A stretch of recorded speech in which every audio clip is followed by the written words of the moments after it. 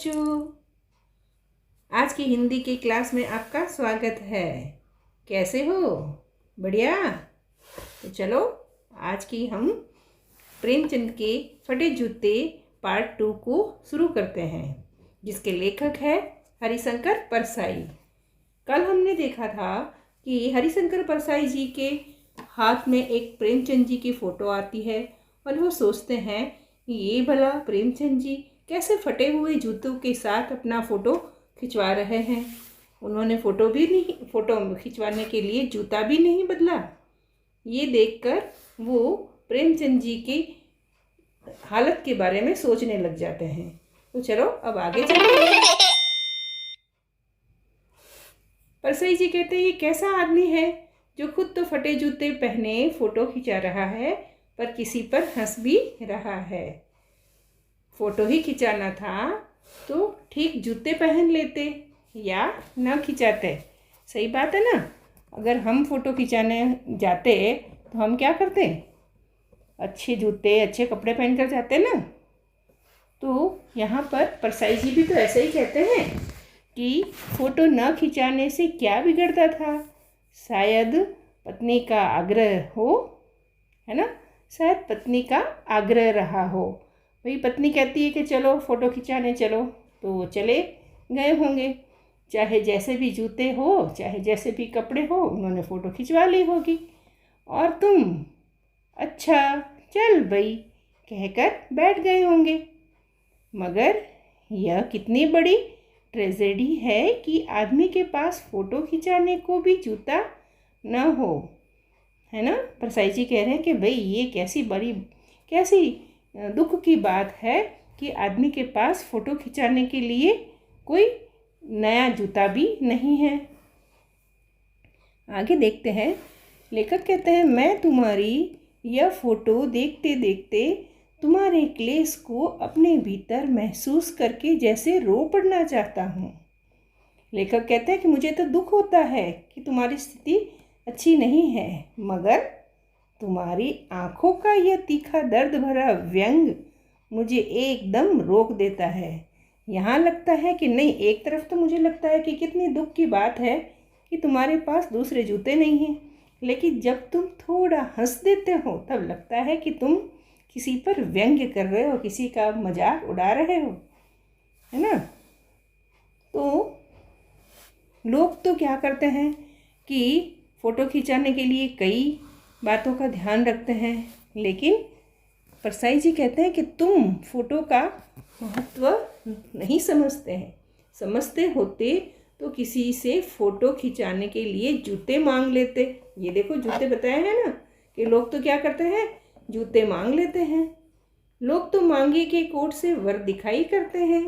कहने का मतलब कहीं लड़की देखने जाना होता हो तो कोट मांग कर भी पहन लेते हैं, लेकिन प्रेमचंद जी ऐसा नहीं करते हैं। लोग तो मांगे की मोटर से बारात निकालते हैं, है ना। बारात में जाना हो तो वो मोटर भी मांग लाते हैं। मोटर मतलब कार। फ़ोटो खिंचाने के लिए बीवी तक मांग ली जाती है। तुमसे जूते ही मांगे नहीं बने। तुम फ़ोटो का महत्व नहीं समझते। परसाई जी कह रहे हैं कि तुमने ये सब सोचा होता तो तुम ऐसे ही फ़ोटो थोड़े ही खिंचवाते, है ना। आगे देखते हैं। लोग तो इत्र चुपड़ कर फ़ोटो खिंचाते हैं जिससे फ़ोटो में खुशबू आ जाए, है ना। मजाक की बात, फ़ोटो में भला खुशबू आती है क्या। लेकिन यहाँ कहा जाता है कि लोग तो इतना बनावटीपन करते हैं कि फ़ोटो अच्छे से अच्छी दिखाई दे, लेकिन हमारे प्रेमचंद जी ऐसा नहीं करते हैं। टोपी 8 आने में मिल जाती है और जूते उस ज़माने में भी 5 रुपये से कम में क्या मिलते होंगे। जूता हमेशा टोपी से कीमती रहा है। यहाँ कहने का तात्पर्य है कि टोपी का दाम कम होता है जबकि जूते का दाम ज़्यादा होता है। ठीक है, आगे देखते हैं। अब तो जूते की कीमत और भी बढ़ गई है और एक जूते पर 2500 टोपियाँ न्यौछावर होती है। कहने का मतलब है लोग खूब अच्छे अच्छे जूते लाकर पहनते हैं, टोपी भलाई कैसी ही हो उन्हें चल जाता है। तुम भी जूते और टोपी के आनुपातिक मूल्य के मारे हुए हैं थे। यह विडंबना मुझे इतनी तीव्रता से पहले कभी नहीं चुभी जितनी आज चुभ रही है जब मैं तुम्हारा फटा जूता देख रहा हूँ। यहाँ लेखक कह रहे हैं कि तुम जैसे बड़े उपन्यासकार, साहित्यकार के ऐसे जूते देखकर मुझे बड़ा दुख हो रहा है। तुम महान कथाकार, उपन्यास सम्राट, युग प्रवर्तक, जाने क्या क्या कहलाते थे, मगर फोटो में भी तुम्हारा जूता फटा हुआ है। यहाँ कह रहे हैं कि प्रेमचंद ने तो बहुत सारी बड़ी बड़ी कथाएं लिखी है, बड़े बड़े उपन्यास लिखे हैं, और युग प्रवर्तक मतलब किसी एक युग के को बदलाव लाने वाले, उसमें नए विचार, नई भावनाएं, नया साहित्य लाने वाले हैं। आप तो ये सब व्याख्याएं, आपके बारे में ये सब कहा जा सकता है, ये सब आपकी विशेषता है। क्या क्या विशेषता है? कथाकार, उपन्यास सम्राट, युग प्रवर्तक, जाने क्या क्या कहलाते थे, मगर फोटो में भी तुम्हारा जूता फटा हुआ है। लेखक परिसाई जी कहते हैं कि मेरा जूता भी कोई अच्छा नहीं है, यो ऊपर से अच्छा दिखता है, अंगुली बाहर नहीं निकलती, पर अंगूठे के नीचे तला फट गया है। अंगूठा जमीन से घिसता है और पैनी मिट्टी पर कभी रगड़ खाकर लहू लुहान भी हो जाता है। देखा, यहाँ परसाई जी कह रहे हैं मेरा भी जूता घिसा हुआ है, लेकिन वो ऊपर से सही दिख रहा है, लेकिन नीचे से घसा हुआ है, और नीचे से घसने के कारण अंगूठे को घायल भी कर देता है ना। तो यहाँ पर ये फ़र्क है कि प्रेमचंद का जूता ऊपर से फटा हुआ है, जबकि लेखक का जूता नीचे से फटा हुआ है। प्रेमचंद जी का नीचे से जूता सही होने के कारण पैर को चोट नहीं लगती ही। इन सब बातों से यहाँ पर ये बताया जाता है कि प्रेमचंद जी को दिखावा नहीं करना पड़ता है, जैसा है वैसा ही वे दिखाई देते हैं। लेकिन यहाँ लेखक कह रहे हैं कि मेरा जूता सही होने के कारण दिखावे में तो मैं सही लगता हूँ, भले ही मैं अंदर से कैसा ही हूँ। यहाँ पूरा तला गिर जाएगा, पूरा पंजा छिल जाएगा, मगर अंगुली बाहर नहीं दिखेगी। तुम्हारी अंगुली दिखती है पर पाँव सुरक्षित है ना। फिर परसाई जी सोचते मेरी अंगुली ढकी है पर पंजा नीचे घिस रहा है। तुम पर्दे का महत्व ही नहीं जानते, हम पर्दे पर कुर्बान हो रहे हैं। यहाँ पर्दे का मतलब क्या हुआ? दिखावा, कि भाई तुम दिखावा का महत्व नहीं समझते हो, लेकिन हम दिखावे के ऊपर ही तो कुर्बान हो जाते हैं। तुम फटा जूता बड़े ठाठ से पहने हो, मैं ऐसे नहीं पहन सकता। फोटो तो जिंदगी भर इस तरह नहीं खिंचाऊं, चाहे कोई जीवनी बिना फोटो के ही छाप दे, है ना। लेकिन मैं ऐसा जूता नहीं पहन सकता हूँ। यहाँ लेखक की मुस्कान का परसाई जी मतलब बताते हैं। देखो, यहाँ पर प्रेमचंद जी का एक उपन्यास है गोदान, ये होरी का गोदान है ना। दूसरा है एक सुजान भगत, एक उपन्यास है कफन, एक उपन्यास है पूस की रात। तो इन सब में कुछ कुछ बातें हैं, उसी के साथ उन्होंने उस प्रेमचंद की हंसी को जोड़ा है। देखो, यहाँ कहते हैं तुम्हारी यह व्यंग्य मुस्कान मेरे हौसले पस्त कर देती है। क्या मतलब है इसका? पता है, कोई हमारे सामने ऐसे मजाक उड़ाते हुए हंसता है ना, तो हमारा मनोबल थोड़ा सा कम हो जाता है ना, वो ऐसे बता रहे हैं। अब लेखक कह रहे हैं कौन सी मुस्कान है यह? क्या होरी का गोदान हो गया? यानी ये देखो, यहाँ गोदान है ना, कि तुम्हारी मुस्कान क्या होरी का गोदान जैसी हो गई है? क्या पूस की रात में नील गाय हल्कू का खेत चर गई? यहाँ ये देखो, पूस की रात जो उपन्यास है ना, उसमें ये कहानी में आता है कि एक नील गाय होती है, वो हल्कू के खेत में आकर चर जाती है। तो उसके बारे में कह रहे हैं। क्या सुजान भगत का लड़का मर गया क्योंकि डॉक्टर क्लब छोड़कर नहीं आ सकते? ये देखो, ये सुजान भगत का उपन्यास है ना, उसमें सुजान भगत का बेटा मर जाता है क्योंकि डॉक्टर आते नहीं है समय पर। ठीक है, फिर आगे देखो। नहीं, मुझे लगता है माधो औरत के कफन के चंदे की शराब पी गया, वही मुस्कान मालूम होती है। ये देखो, यहाँ कफन उपन्यास दिखा रहे हैं। ये कफन उपन्यास में ऐसा होता है कि उसका जो पात्र होता है, जो औरत का पति बताया जाता है, वह क्या करता है, माधो, उसका नाम है माधो। वो माधो क्या करता है, अपनी पत्नी की मृत्यु हो जाने पर उसके पास कफन के लिए भी पैसे नहीं होते, तो वो मांग मांग कर पैसे इकट्ठे तो करता है, लेकिन उसी पैसों से शराब पी जाता है। तो कहते हैं क्या वही मुस्कान मालूम होती है। तो यहाँ पर मुस्कान को अलग अलग प्रकार से लेखक ने परिभाषित किया है। मैं तुम्हारा जूता फिर देखता हूँ, कैसे फट गया यह मेरी जनता के लेखक। लेखक पूछते हैं कि आप तो जनता के लेखक हो, आपके जूता फटा कैसे, क्या बहुत चक्कर काटते रहे। एक कारण पूछ रहे हैं कि क्या चक्कर काटने से फटा, क्या बनिए के तगादे से बचने के लिए मील 2 मील का चक्कर लगाकर घर लौटते रहे। तगादे का मतलब यहाँ कह रहे हैं कि तकाजा भी समझ सकते हैं कि भी हमने बनिए को कहा था कि हम 10 दिन में आपके पैसे चुका देंगे, लेकिन वो ना चुका पाने के कारण वो वादा नहीं निभाते ना, उसकी बात कर रहे हैं कि भाई बनिए का जो वादा किया हुआ है वो पूरा नहीं हुआ, इसलिए आप अपने घर के चक्कर लगा लगा कर, रास्ता लंबा चल चल कर तो नहीं आपका जूता घिस रहे हो, ऐसा पूछ रहे हैं। ठीक है, तो यहाँ पर ये सब वजह बताई जा रही है जूते को फटने के लिए। ठीक है, अब आगे देखते हैं। यहाँ पर बात चल रही है कुंभन दास की। देखो, कुंभन दास का जूता भी फतेहपुर सिकरी जाने आने में घिस गया था। ये देखो, ये हमारे बताए हैं कुंभन दास जी। ये कुंभन दास जी है ना, ये कृष्ण के बड़े भक्त थे। ठीक है, तो एक बार उन्हें फतेहपुर सिकरी बुलाया गया। ठीक है, तो ये फतेहपुर सिकरी उनको बादशाह अकबर ने बुलाया था। तो ये यहाँ पर कवि कहते हैं कि फतेहपुर सिकरी जाने आने में ही आपका तो जूता घिस गया था। तो क्या आपकी भी ऐसी कोई वजह हुई थी क्या। उसे बड़ा पछतावा हुआ, किसे, कुंभन दास जी को। और उन्होंने कहा, आवत जात पनैया घिस गई, बिसर गयो हरि नाम।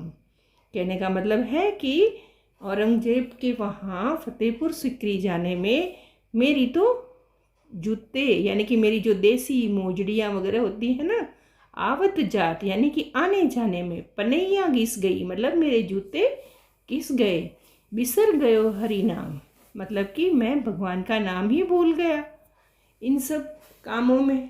ठीक है, और ऐसे बुला कर देने वालों के लिए क्या कहा था, जिनके देखे दुख उपजत है, तिनको करबो परे सलाम। इसमें लेखक कहते हैं कि किसी किसी व्यक्ति को देखने से हमें दुख होता है, तो ऐसे व्यक्ति को तो दूर से ही सलाम कर लेना चाहिए, न उसके पास जाना पड़ेगा और न हमें दुख होगा। सही बात है ना। चलो आगे चलते हैं। चलने से जूता घिसता है, फटता नहीं, तुम्हारा जूता कैसे फट गया। देखा, यहाँ लेखक बार बार यही सोचते हैं कि भाई आपका जूता फटा तो फटा कैसे, उसकी कई कारण ढूंढने में लगे हुए हैं लेखक कहते हैं, मुझे लगता है तुम किसी सख्त चीज़ को ठोकर मारते रहे हो। सामने से फटने का मतलब तो यही हुआ कि किसी पत्थर को तुमने ठोकर मारी है, तभी तो तुम्हारा ये जूता सामने से फट गया है ना। कोई चीज़ जो परत पर परत सदियों से जम गई है, उसे शायद तुमने ठोकर मार मार कर अपना जूता फाड़ लिया। कोई टीला जो रास्ते पर खड़ा हो गया था, उस पर तुमने अपना जूता आजमाया। कहने का मतलब है कि समाज में भी तो ऐसी कई परंपराएं होती हैं जो चली आती है, लेकिन तुमने उन परंपराओं को दूर करने के लिए, उन बुराइयों को दूर करने के लिए भी तो कुछ प्रयास किए होंगे। वैसे ही जूते के बारे में भी कह रहे कि तुमने किसी रास्ते में ऐसी जमी हुई कठोर चीज़ को देखा होगा और उस पर तुमने ठोकर मार मार कर अपना जूता फाड़ लिया होगा। और आगे देखते हैं, तुम उसे बचा कर उसके बगल से भी तो निकल सकते थे। होता है ना कि सामने पत्थर हो और उसको ठोकर मार के चलने से तो बढ़िया होता है कि हम बचकर भी चल सकते हैं, तो हमारे जूते को ठोकर भी नहीं लगी थी। लेकिन यहाँ प्रेमचंद जी ने उस जूते को ठोकर मारी होगी, इसलिए उनका जूता फट गया होगा। टीलों से समझौता भी तो हो जाता है। सभी नदियाँ पहाड़ थोड़े ही फोड़ती हैं, कोई रास्ता बदल कर घूम कर भी तो चली जाती है। यहाँ कह रहे हैं देखो कि टीलों से समझौता भी तो हो जाता है, कहने का मतलब रास्ते की कुछ रुकावटें होती हैं, उनसे लोग कई बार समझौता कर लेते हैं कि जाने दो, है सो है, हमें क्या, है ना।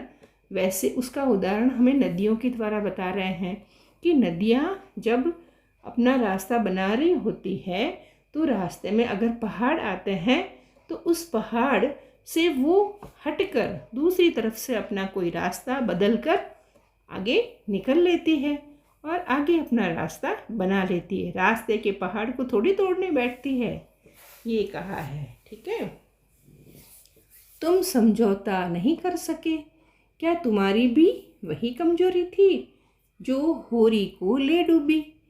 वही नेम धर्म वाली कमजोरी। नेम धर्म उसकी भी जंजीर थी। यहाँ लेखक कह रहे हैं कि जो होरी का गोदान हमने उपन्यास देखा ना, उसमें होरी क्या था कि बड़ा नियम से चलता था, लेकिन उसी नियम धर्म के कारण कई उनके बंधन हो जाते हैं और उनको परेशानियाँ देखनी पड़ती है। तो लेखक कह रहे हैं क्या तुम्हारे भी ऐसे ही कोई परेशानी है क्या? मगर तुम जिस तरह मुस्कुरा रहे हो उससे लगता है कि शायद नेम धर्म तुम्हारा बंधन नहीं था, तुम्हारी मुक्ति थी। यानी कि नियमों के कारण, धर्म के कारण तुम्हें कोई बंधन नहीं था, लेकिन तुम्हें उससे ज़्यादा मुक्ति मिल रही थी। आगे देखते हैं, तुम्हारी यह पाँव की अंगुली मुझे संकेत करती सी लगती है, जिसे तुम घृणित समझते हो उसकी तरफ हाथ की नहीं पाँव की अंगुली से इशारा करते हो। देखा, हम जैसे किसी को और इशारा करते हैं तो हाथ की उंगली से इशारा करते हैं ना, लेकिन यहाँ पर लेखक कह रहे हैं तुम तो पाँव की उंगली से इशारा कर रहे हो कि देखो देखो, वो देखो, है ना। घृणित यानी तुम जिसे थोड़ा बुरा मानते हो उसकी बात हो रही है। ठीक है, चलो, जिसे तुम क्या उसकी तरफ इशारा कर रहे हो जिसे ठोकर मारते मारते तुमने जूता फाड़ लिया होगा। तो क्या तुम उंगली से इशारा कर रहे हो क्या? मैं समझता हूँ, तुम्हारी अंगुली का इशारा भी समझता हूँ और यह व्यंग्य मुस्कान भी समझता हूँ। देखा, कवि कह रहे हैं कि मैं तुम्हारी उंगली का इशारा भी समझता हूँ और तुम जो ये हंस रहे हो ना, उसमें जो व्यंग्य छुपा हुआ है ना, तुम जो मजाक कर रहे हो ना, वो भी मैं समझता हूँ। देखो कि मुझे चेहरे से दिखाई दे रहा है, तुम्हारी उंगली भी दिखाई दे रही है ना। तुम मुझ पर या हम सभी पर हंस रहे हो?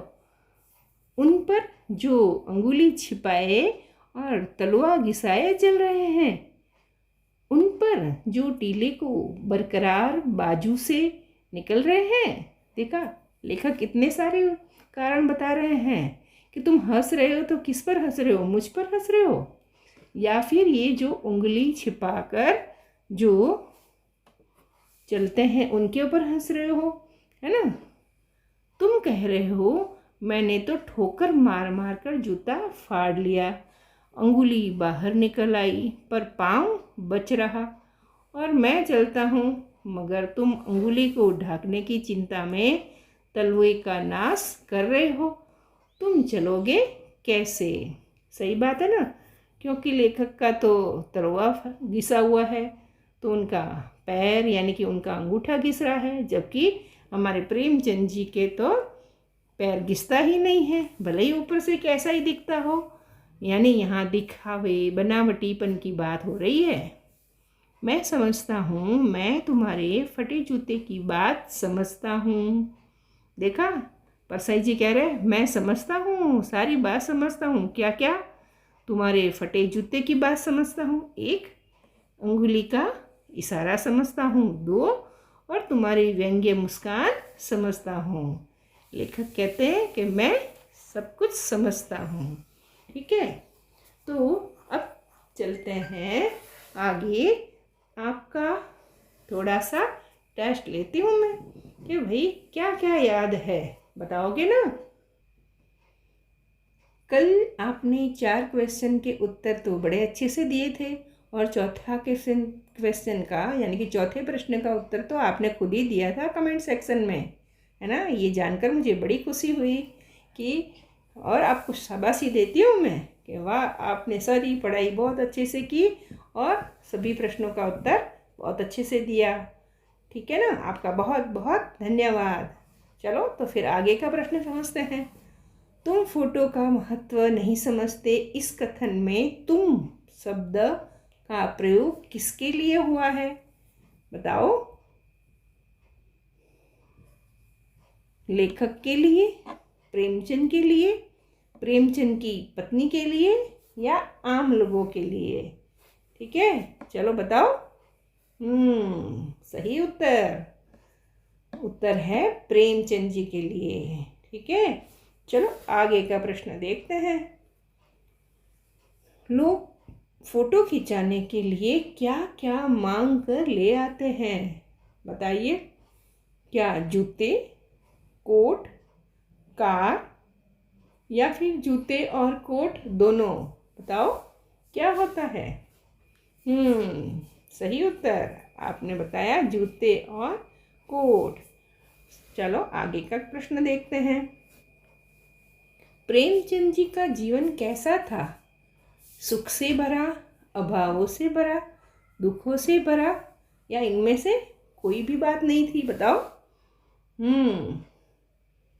बिल्कुल सही आपने सोचा, अभावों से भरा। अभावों से यानी कि उनके जीवन में बहुत सारी तकलीफ़ें थी, चीज़ों की, अब कोई भी परिस्थितियों का, वस्तुओं का अभाव था, तभी तो जूता फटा हुआ पहना था, है ना। चलो आगे देखते हैं। प्रेमचंद क्या क्या कहलाते थे? कथाकार, युग प्रवर्तक, उपन्यास सम्राट, या ये सभी बातें? यानी ये सभी बातें सही है। हाँ, सही उत्तर ये सभी, यानी कि प्रेमचंद जी कथाकार भी थे, युग प्रवर्तक भी थे, उपन्यास सम्राट भी थे। ठीक है, चलो आगे देखते हैं। कुंभन दास का जूता क्यों घिस जाता था? एक है फतेहपुर सिकरी आने जाने में, पथरीले रास्तों पर चलने से, बहुत अधिक पुराने होने से, या ये सभी बातें हैं? बताओ क्या हो सकता है? हाँ, फतेहपुर सिकरी आने जाने में किसके पास गए थे? अकबर के पास, है ना। चलो आगे देखते हैं। लेखक प्रेमचंद की कौन कौन सी बात समझते हैं?